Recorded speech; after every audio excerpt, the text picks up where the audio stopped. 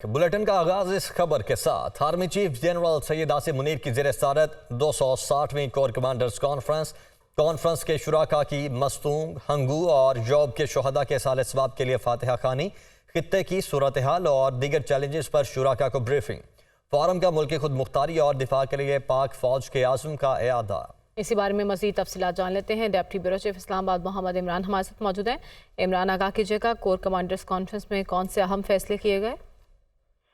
जी बिल्कुल, फोरम ने एक तो दहशतगर्दी की लानत के खिलाफ मादरे वतन के दिफा में सिक्योरिटी फोर्सेज और कानून नाफिज करने वाले इदारों की जानिब से मुसलसल दी जाने वाली अजीम कुर्बानियों को भी खराज तहसीन पेश किया। कॉन्फ्रेंस के शुरा ने इस इज़्म का इजहार किया कि पाकिस्तान को गैर मुस्तहकम करने की वली दुश्मन हुकूमतों के इशारों पर काम करने वाले तमाम दहशतगर्दों, उनके सहूलतकारों और उनकी हौसला अफजाई करने वाले अनासर के खिलाफ रियासत मुकम्मल ताकत के साथ निपटेगी और फोरम को खित्ते की सूरत हाल, कौमी सलामती को दरपेश चैलेंजेस और बढ़ते हुए खतरात के जवाब में अपनी हिकमत अमली के बारे में भी ब्रीफिंग दी गई।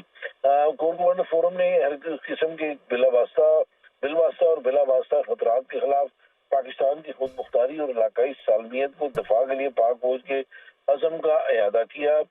फोरम ने गजा इसराइल जंग में होने वाली पेशरफ्त और इसराइल की तरफ से ताकत के इस्तेमाल के बाइस मासूम शहरियों के जानी नुकसान पर तशवीश का इजहार किया। आर्मी चीफ ने इस मौके पर खिताब करते हुए कहा कि फलस्तीनी अवाम को पाकिस्तानी कौम की मुकम्मल सफारती, अखलाकी और सियासी हमायत हासिल है और हम मसला फलस्तीन के पायदार हल, उनकी सरजमीन और मुसलमानों के मुकद्दस मकामात पर गैर कानूनी कब्जे के खात्मे के लिए अपने भाइयों के असूली मौक़िफ़ की हिमायत जारी रखे हुए हैं।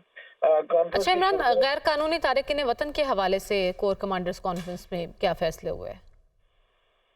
गैर कानूनी जो तारकीन वतन है उसके हवाले से बड़ा वाज़ेह फैसला किया गया है कि जो डेडलाइन उन्हें दी गई है और उस हवाले से उस डेडलाइन पर अमल किया जाएगा। आर्मी कॉन्फ्रेंस के शुरा का कहना था कि तमाम गैर कानूनी तारकीन वतन को 1 नवंबर 2023 तक मुल्क बदर करने और वतन वापस भेजने की वफाकी हुकूमत के फैसले की मुकम्मल हमायत करने के अज़म का इजहार करते हैं। तो इस हवाले से ये जो फैसला किया गया कि जो डेडलाइन दी गई है उसके ऊपर उस दौरान तक जो है इनकी इनखला को यकीनी बनाया जाएगा। ठीक है इमरान, हमारे साथ ही मौजूद रहेगा। ब्रिगेडियर रिटायर्ड बाबर अलाउद्दीन साहब ने हमें ज्वाइन कर लिया है। बाबर साहब, आज की कोर कमांडर्स कॉन्फ्रेंस में जो फैसले हुए हैं, मौजूदा तनाजुर में कितनी अहमियत के हामिल हैं ये सब?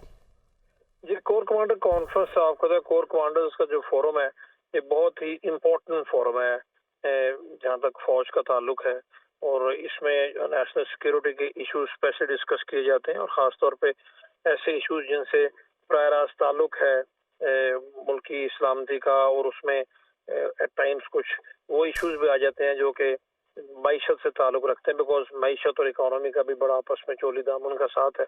तो आज की कोर कमांडर कॉन्फ्रेंस भी इस हवाले से बड़ी इम्पोर्टेंट थी। एक तो जो पिछली एपेक्स कमेटी की मीटिंग में हमें पता है कि कुछ इम्पोर्टेंट डिसीजन लिए गए थे, जिनमें मोस्ट इम्पोर्टेंट डिसीजन था इलीगल इमिग्रेंट्स या वो लोग जो कि पाकिस्तान में गैर कानूनी तौर पर रह रहे हैं, उनको यहाँ से एक डेडलाइन दी गई हुई है कि वो 1 नवंबर तक पाकिस्तान छोड़ के चले जाएं। उस सिलसिले में कुछ लोगों ने भाम पैदा करने की कोशिश की अफगान रेफ्यूजीज के हवाले से। गवर्नमेंट ने क्लैरिफाई तो कर दिया, बट आज की कोर कमांडर कॉन्फ्रेंस में दोबारा से इस अज़्म का इयादा किया गया कि पाकिस्तान में किसी को भी गैर कानूनी तौर पर रहने की इजाज़त नहीं है, क्योंकि दुनिया को कोई मुल्क इजाज़त नहीं दे सकता। ये कोई किसी इतनी लूज स्टेट, इतनी सॉफ्ट स्टेट कोई नहीं हो सकती। तो उसका बड़ा खुल के अपनी कमिटमेंट शो की गई है और साथ ही साथ पैलेस्तीन का इशू जो आजकल गाजा में इसराइल की वहशियाना बमबारी की वजह से एक बहुत बड़ा इंसानी अलमिया वहाँ पर पैदा हुआ है, जो कि जिसका लोगों को अभी तक पता ही नहीं है कि कितने बेगुनाह मासूम शहरी अपनी जान से हाथ धो बैठे हैं। इसराइल वहशियानी बमबारी कर रहे हैं, गजा के शहर को ऑलमोस्ट मलबे का ढेर बना दिया गया है और उसके साथ अभी वो ज़मीनी अटैक की भी, ग्राउंड ऑफेंसिव की भी तैयारी कर रहे हैं। तो ये बड़ा एक बदकिस्मत और बड़ा बहुत अहम मामला और इस पर 2 टोक मौक़िफ़ इख्तियार किया गया। बाबर साहब हमारे साथ ही मौजूद रहेगा। ब्रिगेडियर रिटायर्ड अहमद सईद मिन्हाज साहब ने भी हमें ज्वाइन कर लिया। मिन्हाज साहब, स्पेशली इस मौके पर जब इसराइल और गजा के हालात कशीदा हैं, कहा जा रहा था कि पाकिस्तान कहाँ स्टैंड कर रहा है, हमारा क्या मौक़िफ़ है। आज कोर कमांडर्स कॉन्फ्रेंस में वाज़े तौर पर 2 टोक ऐलान कर दिया गया कि हम फ़लस्तीन की हिमायत कर रहे हैं। तो कितनी अहमियत का हामिल है ये मामला? देखिए, इसमें आज की जो कोर कमांडर्स कॉन्फ्रेंस हुई है, ये बड़ा वाज़ेह तौर पे पॉलिटिकल और मिलिट्री क़यादत जो है उन्होंने एक पोजीशन ली है। और मैं समझता हूँ कि कल होने वाली जो वज़ीर ख़ारजा की ओआईसी कॉन्फ्रेंस है, उसमें पाकिस्तान की जो एक डिप्लोमेटिक सफारती पोजीशन होगी, वो इस आज के एचपीआर की प्रेस रिलीज और उससे पहले जलील अब्बास साहब ने जो हमारे फॉरेन मिनिस्टर हैं, उनकी पोजीशन जो थी वो इस सब चीज़ों को वाज़ेह करती है। तो कल का भी जो हमारे पाकिस्तानी पोजीशन होगी, बड़ी वाज़ेह तौर पे बयान कर दी गई है। अनफॉर्चुनेटली किसी हद तक इबाहम पैदा करने की कोशिश की गई थी 3 मुख्तलिफ चीज़ों के ऊपर, जो मीडिया या खास करके सोशल मीडिया के ऊपर, कि पाकिस्तान की कोई बड़ी स्ट्रॉन्ग पोजीशन नहीं है वो फ़लस्तीन के मामले के ऊपर जियो स्ट्रेटेजिक लिहाज से। और अभी भी जो पोजीशन ली गई है, मैं समझता हूँ कि वो बहुत एक अच्छे और वाज़ेह तरीके से ली गई है, जिसमें कि एक पाकिस्तान एक न्यूक्लियर वेपन स्टेट होने के नाते एक बहुत जिम्मेदार मुल्क है मुस्लिम उम्मा का, तो उसमें बड़ी वाज़ेह पोजीशन ली गई है, ना कि उसमें कोई किसी किस्म की कोई वो जो है वो कोई गैप नहीं छोड़ा गया। तो लिहाजा दुनिया को बड़ा वाज़ेह पैगाम इस लिहाज से गया है। जियो स्ट्रेटेजिक पोजीशन, जैसे कि अभी नेतन्याहू साहब का बयान भी आ रहा है कि फ़लस्तीन से बाहर भी ये अपने ऑपरेशन रखेंगे। उन्होंने किसी हद तक सीरिया और लिबनान को एंगेज किया है, तो उस लिहाज से भी थोड़ी सी सिचुएशन डेवलप हो रही है। ईरान बड़े वाज़ेह मौक़िफ़ ले रहा है और थोड़ा हॉस्टाइल भी उस लिहाज से। तो पाकिस्तान ने इन तमाम चीज़ों का आज इयादा किया कोर कमांडर्स कॉन्फ्रेंस के अंदर, और एक भरपूर नेशनल पॉलिसी की तरफ इंशाअल्लाह ताला जो हम ऑलरेडी हमारी है फ़लस्तीन के लिहाज से बड़ी वाज़ेह पोजीशन हुई, तो तमाम वो इबाहम जो है वो ख़त्म हो गया। बिल्कुल, सारे इबाहम खत्म हो गए हैं। इसके साथ साथ मईशत के हवाले से, तारकीन वतन के हवाले से अहम फैसले हुए। हमने देखा मौशी एतबार से जो पहले एपिक्स कमेटी में फैसले हुए थे, उसके मस्बत नताइज सामने आए हैं। तो अब कोर कमांडर्स कॉन्फ्रेंस में होने वाले फैसलों के दूररस नताइज आपको क्या नजर आ रहे हैं? देखिए, सबसे बड़ा चैलेंज पाकिस्तान का इस वक्त माशी चैलेंज है।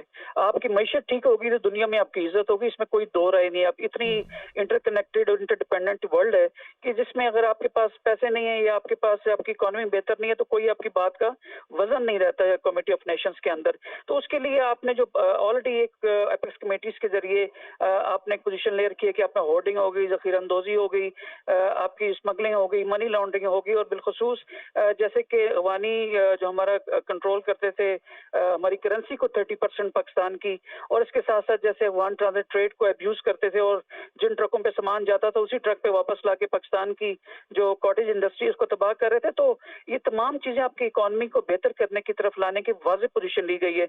इसी हिसाब से 1 नवंबर जो लास्ट डेडलाइन दी गई थी, उसके ऊपर भी काफी इबाहम था कि आप 2 हफ्तों में कैसे यहाँ से तमाम गैर कानूनी तारकीन वतन को यहाँ से निकाल सकते हैं। तो पाकिस्तान ने इस पे खातिर ख्वाह एक्शन लिया तमाम सूबों के अंदर, और अभी वाज़ेह तौर पर आपने देखा होगा कि आपके जो चमन बॉर्डर है और आपके नीचे तुरखम बॉर्डर है, वहां से बड़ी तादाद में लोग वापस जा रहे हैं। पाकिस्तान के जो सफारती लेवल के ऊपर जो अफगानिस्तान की बुरी गवर्नमेंट है उनके साथ भी सलाह मशवरा चल रहा है और बड़े पुरअमन तरीके से इस चीज को कर रहे हैं, और ये कॉन्फिडेंस बिल्कुल। और हमने देखा कि इसके साथ साथ एक बैनुल अक़वामी प्रेशर भी हम पर आया।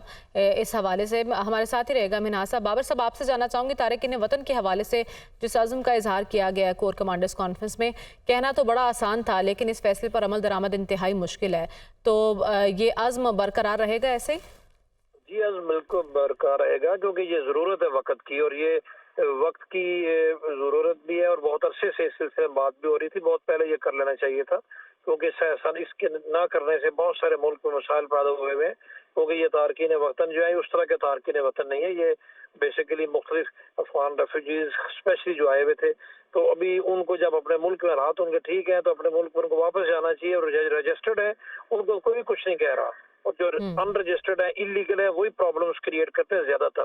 अभी जब उनको कहा गया वापस जाए तो ज़ाहिर है इशू थोड़े बहुत तो होते हैं, जाने को दिल तो किसी का नहीं करता। यहाँ पर उन्होंने अपने बिजनेस सेट किए हुए हैं, ये बड़े इंटरमिंगल्ड हो गए हैं सोसाइटी के साथ, लेकिन इसका पॉजिटिव चीज है कि गवर्नमेंट उस पर कमिटेड है, गवर्नमेंट ने उस पर अपना रिजॉल्व शो किया है, और उन्होंने कहा जी इस सिलसिले में कोई दो राय नहीं हो सकती थी, नो नथिंग गोइंग बैक।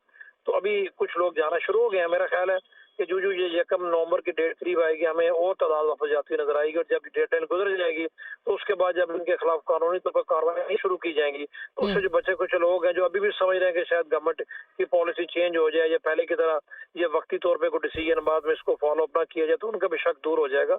तो तारकीन वतन के बारे में जो इतना इंपॉर्टेंट डिसीजन है, उससे भी ज्यादा इंपॉर्टेंट यह है कि इस फैसले पर मनोन अमल किया जाए और बिला तफरीक। और आज की कोर कमांडर्स कॉन्फ्रेंस में इसी अज़्म का इजहार किया गया। बहुत शुक्रिया बाबर अलाउद्दीन साहब और अहमद सईद मिन्हाज साहब हमारे साथ मौजूद थे। हमारे नुमाइंदे मोहम्मद इमरान भी हमें अपडेट कर रहे थे। चीफ ऑर्गेनाइजर नून लीग मरियम नवाज की FPCCI के नुमाइंदों से मुलाकात हुई। मरियम नवाज ने मुआशी बहाली के लिए नवाज शरीफ के विजन से कारोबारी बरादरी को आगाह किया। नवाज शरीफ का एजेंडा मईशत की बहाली, कर्ज पर चलने वाली मईशत, महंगाई से छुटकारा दिलाना है, ये कहा गया मरियम नवाज की जानिब से। डेप्यूटी ब्यूरो चीफ लाहौर से हसन रजा हमारे साथ मौजूद हैं। हसन, बताइएगा इस मुलाकात का क्या हवाल रहा? जी बिल्कुल, पाकिस्तान मुस्लिम लीग नून की सीनियर नायब सदर और चीफ ऑर्गेनाइजर मरियम नवाज शरीफ की FPCCI के नुमाइंदों से मुलाकात की, जिसमें मरियम नवाज शरीफ ने आज बाकायदा तौर पे एक ये ऐलान किया, जिसमें उन्होंने कहा कि IT, ज़राअत, मादनियात, तवानाई समेत दीगर शोबों की मसाली और तेज तरीन तरक्की का प्लान तैयार है, जिसका बाकायदा ऐलान मियां मोहम्मद नवाज शरीफ 21 अक्टूबर के जलसे में करेंगे। उन्होंने कहा कि नवाज शरीफ का एजेंडा मईशत की बहाली, कर्ज पर चलने वाली मईशत और अवाम को महंगाई से छुटकारा है। मुस्लिम लीग नून ने इकोनॉमिक लिबरलाइजेशन, प्राइवेटाइजेशन और डीरेगुलेशन की पॉलिसियों पर अमल किया है। नवाज शरीफ मिसाक के मईशत को ताबीर देगा, अदारों की फिर से तामीर करेगा। उन्होंने कहा कि ब्यूरोक्रेसी FDR की इस्लाह करेंगे, नैब के इंतकाम का खात्मा करके कारोबारी बरादरी के तहफ़्फ़ुज़ात दूर करेंगे। उन्होंने ये भी कहा कि 90 की दहाई से 2013 से 2018 तक के वज़ीर आज़म नवाज शरीफ के हर दौर में पाकिस्तानी मईशत और अवाम की जिंदगी बेहतर हुई। नवाज शरीफ की आमद का मतलब कारोबार का चलना, सनत और तजारत को दोबारा जिंदा होना है। उन्होंने कहा कि नवाज शरीफ ने 90 की दहाई में मईशत और कारोबार को हुकूमती जंजीरों से आजाद किया था। कारोबारी, सनतकार और ताजिर बरादरी को मुराद देंगे और सरकार नहीं, अवाम और निजी शोबा कारोबारी करेगा और कारोबार करने के लिए आसानियां पैदा की। आसानियां पैदा की। हसन, बहुत शुक्रिया आपका। अहम खबर है, सुप्रीम कोर्ट में बहरिया टाउन का 460 अरब की अदायगियों का मामला है। बहरिया टाउन की जानिब से वकील सलमान असलम भट्ट की सुप्रीम कोर्ट में मुतफर्रिक दरखास्त। बहरिया टाउन ने 460 अरब की अदायगियों से माजूरी जाहिर कर दी। बहरिया टाउन ने कराची मंसूबे के लिए 99 साल की लीज के लिए ज़मीन की 2 करोड़ 72 लाख फी एकड़ के हिसाब से अदायगी की। दरखास्त में ऐसा कहा गया। इसी बारे में मज़ीद तफसीलात जान लेते हैं। हसीब मलिक हमारे साथ मौजूद हैं। हसीब, आगाह कीजिएगा। देखें, ये बहरिया टाउन का 460 अरब की अदायगी का मामला है, जिसके अंदर आज बहरिया टाउन की जानिब से वकील सलमान असलम भट्ट की जानिब से एक मुतफर्रिक दरखास्त दायर की गई थी और दरखास्त में मौक़िफ़ इख्तियार किया गया है कि जो बहरिया टाउन है वो 460 अरब की अदायगी से माजूरी जाहिर करता है। जबकि दरखास्त जो दायर की गई है उसके मतन के हवाले से अगर बात की जाए तो बहरिया टाउन ने कराची मनसूबे के लिए 99 साल की लीज के लिए ज़मीन 2 करोड़ 72 लाख फी एकड़ के हिसाब से, जबकि उसी इलाके में दीगर जो हाउसिंग सोसाइटीज हैं उन्होंने जो जमीन है वो 1 लाख रुपए एकड़ के हिसाब से 99 साल की लीज पर हासिल की हैं। जबकि दरखास्त में जो मुतफर्रिक दरखास्त दायर की गई है उसके अंदर मौक़िफ़ इख्तियार किया गया है कि इतनी बड़ी अदायगियों की वजह से बहरिया टाउन मार्केट में मुकाबला नहीं कर पा रहा, जबकि बहरिया टाउन कराची मनसूबे के लिए 460 अरब की अदायगी जो है वो नामुमकिन है। जबकि दरखास्त जो दायर की गई है उसके अंदर ये भी मौक़िफ़ इख्तियार किया गया है कि बहरिया टाउन कराची के साथ इम्तियाजी सलूक ना किया जाए। इस्तदा है कि अदालत मुतफर्रिक दरखास्त पर हालात और वाक़ियात की रोशनी में मुनासिब अहकामात जारी करे। ये जो है दरखास्त आज दायर की गई थी और इसके ऊपर कल जो है समाअत होने जा रही है। Chief justice of Pakistan justice Qazi Faez Isa की सरबराही में 3 रुकनी बेंच ऑलरेडी इस मामले के ऊपर जो मामलात हैं उसके ऊपर दरखास्त पर जो है वो समाअत कल करेगा। जी, बहुत शुक्रिया हसीब, आपने अपडेट किया।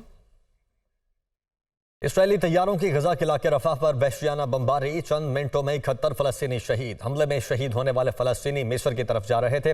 इसराइल की जानिब से गजा पर जमीनी, फजाई और बहरी हमला किसी भी वक्त मुतवक्के है।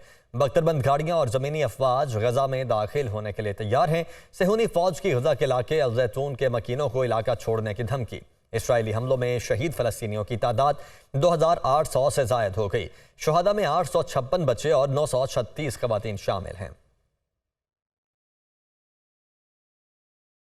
बराह रास्त आपको फैसलाबाद दिए चलते हैं। निगरान वज़ीर आला पंजाब मोहसिन नकवी मीडिया से गुफ्तगू कर रहे हैं। और कल मेरा खुद जाने का इत्तफाक हुआ। एडमिनिस्ट्रेशन पंजाब की पूरी चारों कोनों में, सारे के सारे डिस्ट्रिक्ट्स में, डिवीजन्स में लगी हुई थी।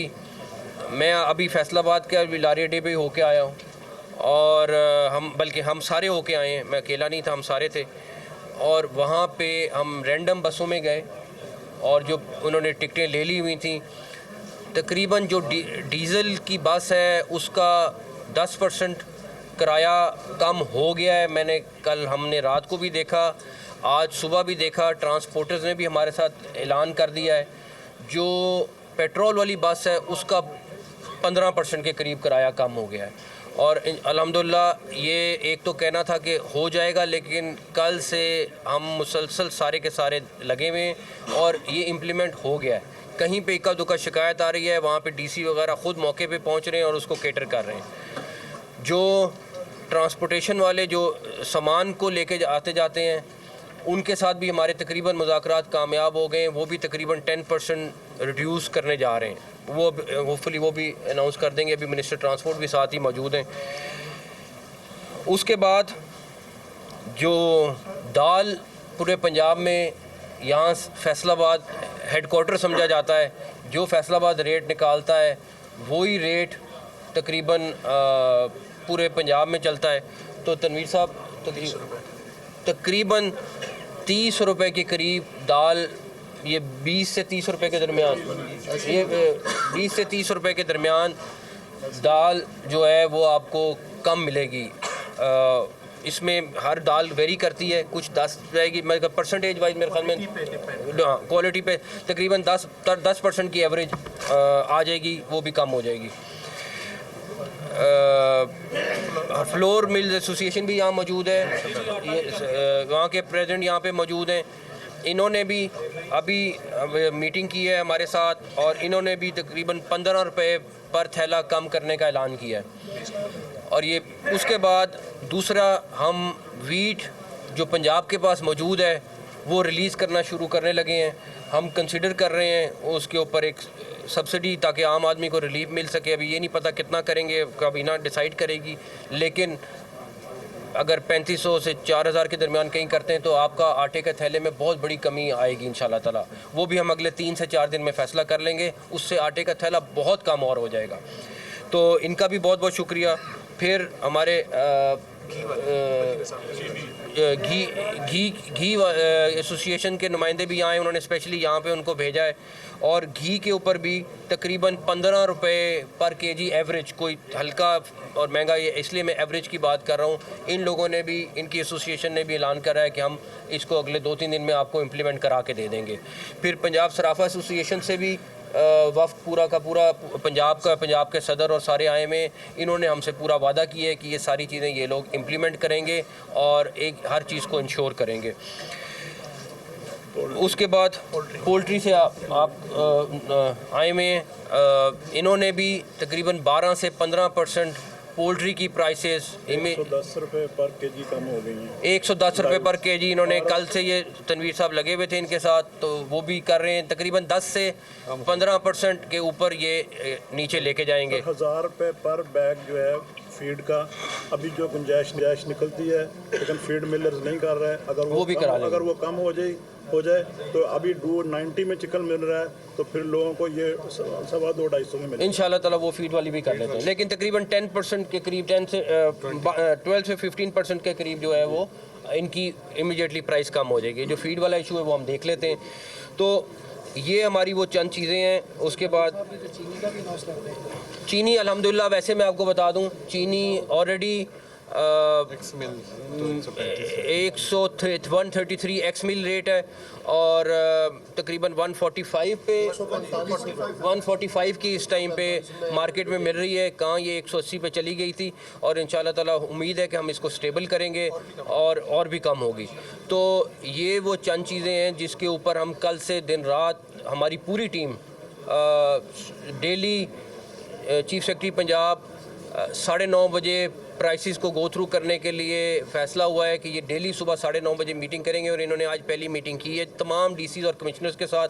मिनिस्टर इंडस्ट्री, इनका भी बहुत ज़्यादा मुबारकबाद, जिन्होंने 24 घंटे लगा के दिन रात सबरों के साथ, मतलब ये ऐसी चीज़ें होती हैं जो हर एक ने लोगों का, पब्लिक का फ़ायदा देखना है और जहाँ जहाँ रिलीफ दे सकते हैं वहाँ देना है। और उसके बाद कमिश्नर साहिबा का भी इसमें इन्होंने यहाँ पे मुज़ाकरात कर रही थी और हमारे सारे कमिश्नर्स जहाँ जहाँ बैठे हुए वो मुज़ाकरात कर रहे हैं। और भी जो चीज़ें कम हो सकें, ट्रांसपोर्ट हमारी अवलिन तरजीह थी, उसके बाद ये कमोडिटीज़ की प्राइसेस थी जिनको कम करना था। तो ये सारी की सारी चीज़ें, एटलीस्ट एक छोटी सी रिलीफ ज़रूर पब्लिक को मिलेगी। किसी से मैं वही पूछ रहा था कि किसी का किराया अगर 350 रुपये और वो 250 दे रहा है, तो एटलीस्ट उसको आने जाने का 100 रुपया तो बचा। 700 में से, तो हम ये बल्कि 500 हो गया, 600 था 500 उसने दे दिया। तो ये ऐसी चीज़ें हैं जो हमारा फ़र्ज़ था, ये कोई हमने किसी पे एहसान नहीं किया, ये हमारा फ़र्ज़ है करना, और हम इंश्योर करेंगे इंशाल्लाह ताला कि अगले आने वाले दिनों में इन चीज़ को स्टेबल किया जाए, और अगर रिलीफ और भी अगर पेट्रोल की प्राइसेस कम होती हैं तो इंशाल्लाह ताला जिस तरह इकॉनमी स्ट्रॉन्ग हो रही है, और अगले आने वाले दिनों में मैं ज़्यादा नहीं कहना चाहता, लेकिन मुझे इतना अंदाज़ा भी है और कुछ इल्म भी है कि आने वाले दिनों में आपको और अच्छी खुशखबरियाँ मिलेंगी इंशाल्लाह ताला। अच्छा सर, हमारा कोई मुतालबा नहीं है, 34 साल से हमारा साफ़ी कॉलोनी का दरीना मुतालबा चल रहा है, आप हमारी साफ़ी बरादरी से सीएम है। बिल्कुल, और पैसे आए हुए हैं वो वापस गए हैं, और सारा देखिए मेरी बात सुने, उसको सॉर्ट आउट करते हैं। साफ़ी कॉलोनी मेरे लिए बहुत करीब है, दिल के करीब है, और ये मेरा आपसे वादा है कि इंशाल्लाह ताला जर्नलिस्टों के लिए कोई ना कोई चीज़ ज़रूर, अपने जिस दिन तक दफ्तर बैठा उससे पहले कोई ना कोई चीज़ ज़रूर करके जाऊँगा।